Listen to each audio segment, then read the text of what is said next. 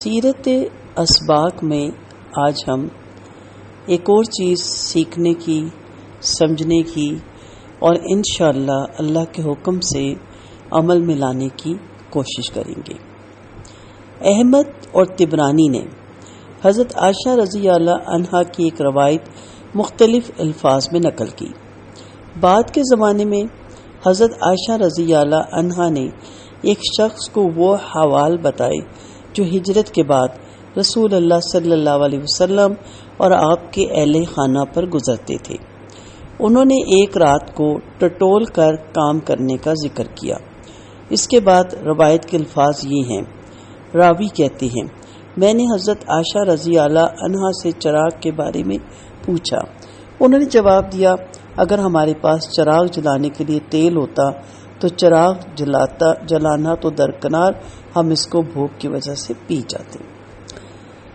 ہجرت کے بعد جس بستی کو مدینہ الرسول اور مدینہ طیبہ کا لقب ملا، وہاں اس وقت ایک بھی پکا مکان نہ تھا۔ مسجد نبوی بس ایک بڑا سا چھپر تھی جس کو چاروں طرف سے ٹہنیوں اور کھجور کے پتوں سے گھیر دیا گیا تھا۔ مسجد میں رات کے وقت روشنی کا کوئی انتظام نہ تھا۔ مسجد نبوی میں ہجرت کے 9ویں سال چراغ جلایا گیا۔ پہلا شخص جس نے مدینہ کی مسجد نبوی میں رات کو چراغ جلایا وہ تمیم داری ہیں۔ تمیم داری نے سن 9 ہجری میں اسلام قبول کیا تھا۔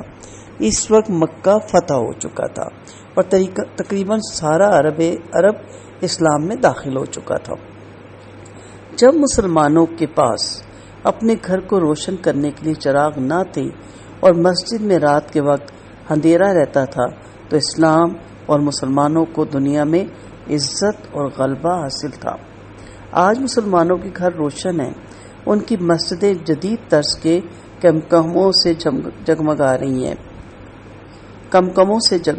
ہیں، مگر دنیا میں اسلام کا غلبہ نہیں، مسلمان کو کوئی عزت حاصل نہیں۔ اس کی کیا وجہ ہے؟ اس کی وجہ یہ ہے کہ عزت اور غلبے کا مقام حاصل کرنے کے لیے اصل اہمیت انسان کی ہوتی ہے۔ ہمارے ہاں انسان کی اہمیت ختم ہو گئی ہے اور جو مٹیریل ہے، آرٹیفیشل جو چیزیں ہیں، ان کی اہمیت بڑھ گئی ہے۔ ہم انسان کو اس کے کردار، اس کے ایمان اور اس کے معاملات سے نہیں پہچانتے، ہم اس کے کاروبار، اس کی جائیداد، اس کے بزنس اور اس کی جاب سے پہچانتے ہیں۔ جب ہم کسی سے اس کی جاب، اس کا بزنس، اس کا کاروبار پوچھتے ہیں تو اصل میں ہم یہ دیکھنا چاہتے ہیں کہ اس کے ساتھ رکھنی چاہیے کہ نہیں، جبکہ وہ انسان اپنی تمام تر صلاحیتوں، خوبیوں، خوبصورتیوں کے سمیت، کیونکہ اللہ نے اسے احسن الخالقین، اشرف المخلوقات بنایا، اپنی تمام ذہانتوں کے سمیت آپ کے سامنے کھڑا ہے۔ آج مسلمانوں کے لیے یہاں سب کچھ ہے مگر وہی چیز نہیں جس کو انسان کہا جاتا ہے۔ انسان تو ناپائیدار ہو گیا ہے، انسان تو سب سے سستا ہو گیا ہے، انسان کی تو کوئی قدر نہیں رہی۔ گاڑیوں کی ہے، گھروں کی ہے، پلاٹ کی ہے، زمینوں کی ہے، ان زمینوں اور گاڑیوں کی خاطر خاندان کے خاندان ذبح کیے جاتے ہیں، خاندان کے خاندان فائرنگ کا نشانہ بنتے ہیں، اغوا کیے جاتے ہیں، وہیں زمینیں رہ جاتی ہیں، وہیں کارخانے رہ جاتے ہیں، وہیں گاڑیاں رہ جاتی ہیں، انسان چلا جاتا ہے۔ اسلامی دنیا مردہ روحوں کا ایک عظیم قبرستان معلوم ہوتی ہے۔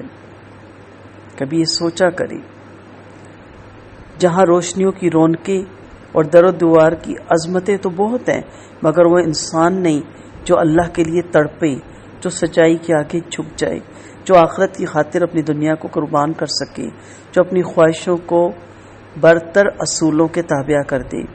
اسلام کو سربلند کرنے کے لیے وہ انسان درکار ہے جن کو عظمت خداوندی کے احساس نے پست کر رکھا ہو، جن کا خوف آخرت ان سے ان کی اکڑ چھین لے، اور یہی وہ انسان ہے جو اسلام کے بھرے ہوئے شاندار پنڈال میں آج کہیں موجود نہیں۔ یہ جو فیتے کاٹنے آتے ہیں، یہ جو اوپننگ کرنے آتے ہیں، یہ جو تصویریں بنانے آتے ہیں، یہ کون لوگ ہیں؟ مردہ روح ہیں۔ ان کے لرزی گھر دیکھیں، ان کا پروٹوکول دیکھیں۔ ہر بندہ اپنے لیول کا فرعون بنا ہوا ہے، ہر انسان کے اندر اکڑ اور تکبر ہے، ہر کوئی اپنے دولت کے زوم میں قارون بنا ہوا ہے، یہ انسان ہے، زندہ انسان تو نہیں۔ اللہ نے مومن کو زندہ انسان کا اور کافر کو مردہ انسان کا، جی تو دونوں رہے تھے، لیکن کیوں یہ فرق کا؟ آج یہ فرق سامنے نظر آ رہا ہے۔ آج کیا ہو گیا مسلمانوں کو؟ آج مسلمانوں کی روحیں کیوں مردہ ہو گئی ہیں؟ کیوں ایک عظیم قبرستان معلوم ہوتی ہیں؟ ایسے ایسے سیکٹرز، ایسے ایسے علاقے، ایسی ایسی اسکیمیں کہ گھروں کو بندہ دیکھتے ہی دیکھتے رہ جاتا ہے، اور اس گھروں کے اندر بے روح لوگ، پرسکون، بے سکون، ہر طرح کے لوگ، فیڈ اپ لوگ، بے حس لوگ، متکبر لوگ، فرعونیت والے لوگ رہتے ہیں، جو اپنے غریب رشتہ داروں کو رشتہ دار بھی نہیں کہتے۔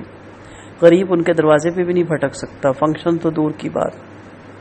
غریب کو تو وہ بتاتے ہیں کہ ہمارا کوئی پرانا جاننے والا ہے، کسی کے تھرو آیا ہے۔ یہ سب کیوں ہے؟ کیونکہ اس نے اپنے آپ کو دنیا ہی کا بندہ بنا کے رکھ دیا ہے۔ تو انسان ہیں آپ، اصل آپ کی قیمت ہے، اصل آپ نے جنت میں جانا ہے، نہ آپ اپنے یہ بڑے بڑے گھر، نہ یہ بڑی بڑی گاڑیاں، نہ یہ آپ اپنے دور و دیوار، نہ اپنے فانوس، نہ آپ کی فیکٹریاں، نہ آپ کی دولت، نہ آپ کی جولری، گولڈ، ڈائمنڈ، جو کچھ دنیا اور اس کے اندر ہے، ما فیہا، کچھ بھی ساتھ نہیں جانا۔ آپ نے اپنے وجود کے ساتھ اور اپنی روح کے ساتھ زمین میں اتر جانا ہے۔ وجود کو آپ کے فنا کر دے گی زمین، روح کو آپ کو بقا ملے گی جنت یا خدا نخواستہ جہنم میں۔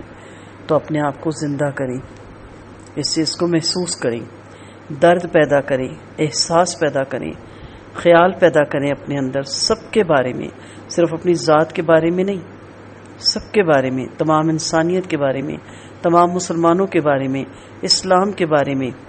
آگے بڑھیں، اسلام کو پھیلائیں۔ اسلام کو سر بلند کرنے کے لیے امیر ہونا ضروری نہیں ہے۔ یہ عمارت تو ایک دلدل ہے، یہ دنیا تو ایک دلدل ہے جس میں انسان پھنستا چلا جاتا ہے۔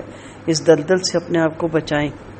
آپ صلی اللہ علیہ وسلم کی وفات کے بعد وقت آپ کے گھر میں اناج نہیں تھا، آپ کے گھر میں تیل بھی آرتن کوئی چیز گروی رکھ کے منگوایا گیا تھا، لیکن آپ کی دیوار پہ تلواریں موجود تھیں۔ کون کہتا ہے کہ اسلام کے لیے قربانی کی ضرورت نہیں؟ اسلام قربانی مانگتا ہے۔ ان چیزوں سے باہر نکلیں، اور غلبہ چاہیے تو پھر اپنے اندر ایمان پیدا کیجیے اور زندہ روح بنیے۔